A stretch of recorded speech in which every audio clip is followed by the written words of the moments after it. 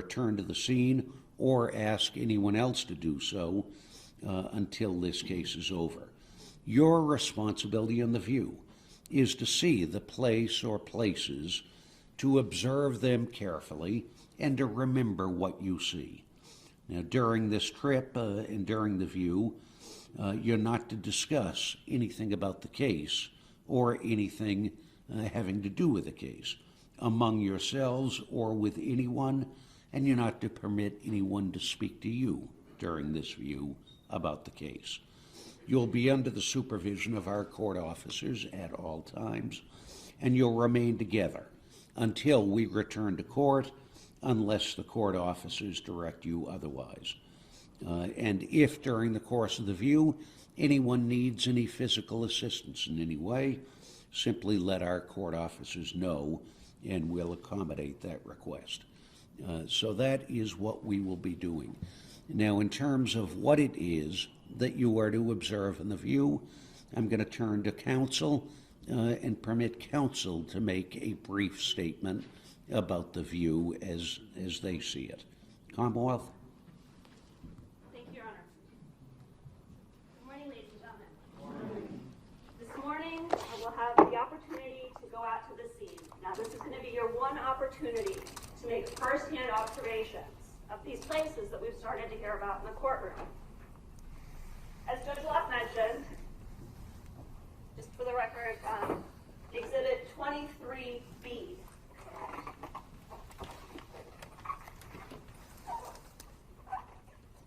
We'll be starting at the Cure Lounge. It's at the intersection of Stewart Street and Tremont Street. And there we'll go into the lobby area. You'll be able to go downstairs and see the bar area as well. We've heard some testimony about that already. Continuing down Tremont Street to the Tufts Garage. From there, further down, you'll see where Tremont turns into Shawmut Avenue. Shawmut Avenue, the intersection with Marginal Road. And then we'll go further down and stop between Shawmut Ave and Harold Street. Now, you've heard about the intersection, Shawmut Ave and Harold Street. You've seen some pictures. There'll be more pictures to come. These are two-dimensional images. So this view is an opportunity for you to stand on Shawmut Avenue and look at Harold Street and have the full three-dimensional view. After that, as the court noted, we'll be going down to Hyde Park. It's the Boston Police Evidence Management location, where you'll get to view a vehicle. The vehicle is a Toyota 4Runner, and again, you'll hear more about that later. After that, we'll return to the courtroom and then continue with the evidence. You'll have the opportunity to carry on your first-hand observations and keep that in your mind as you hear the testimony and as you listen to the evidence. And then at the end of the case, when it's up to you to make those important credibility determinations, you'll have this piece of evidence and this piece in mind to assist you in those determinations. Thank you. You're welcome. Mr. Byers. Court. Ms. Anderson. Good morning, ladies and gentlemen. Good morning. Now, today's view, there are several things to keep in mind as you're viewing the locations that we're going to see. The first thing that I'd like for you to take note of is the W Hotel, which is directly across the street. Walk over here. This is the Cure Lounge area, and this is the W, which is a little taller.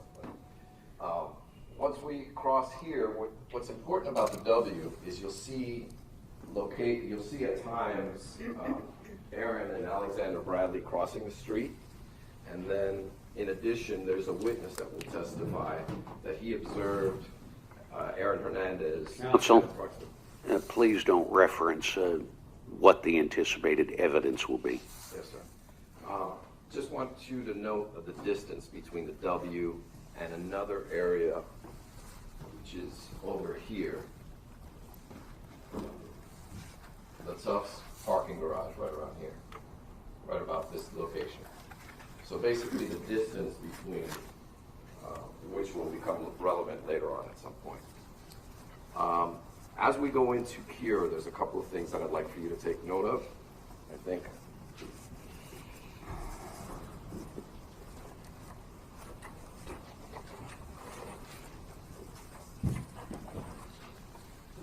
that is, as we come down, as we enter the door, we come down the stairs, we have a timeline that we're going to be asking you to take a look at some point during this trial, because the amount of time that was spent in this nightclub. So that's what's really important here. So as you go down the stairs, take note of the time that, if you can, of course, that's going to be somewhat flexible based on the situation, how many people, there are various factors. And then how long it would come to take to walk across to the main bar. And then we'd also ask you to take note of the back room, where it's generally not used in the nightclub, so it's considered a back room. Most of the activity you'll hear is in this area. The difference you'll see is night and day, because it literally was nighttime at the time, and we're going during the daytime.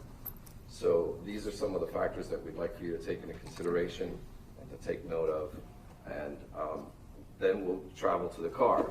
Once we get to the car, we'd like for you to take note of the size of the window. That's going to be important at some point in this trial.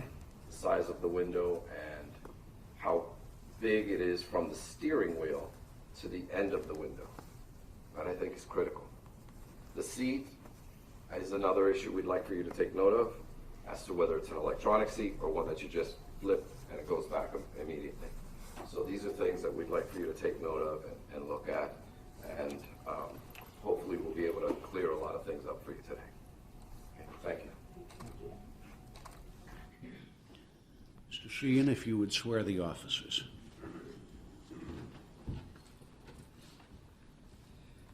Do each of you solemnly swear that you will take the jury upon the premises in question, and there suffer them to view the same, or any property, place, or thing bearing upon the issue in this trial, as the parties may think necessary, that you will not permit the parties to enter into a debate in the hearing of the jury, nor any person to speak to them unless it be the attorneys of record, then only to point out such places or things as they may deem expedient for the determination of the issues, that you shall keep the jury together until they shall return to court, unless the court shall otherwise order, so help you God?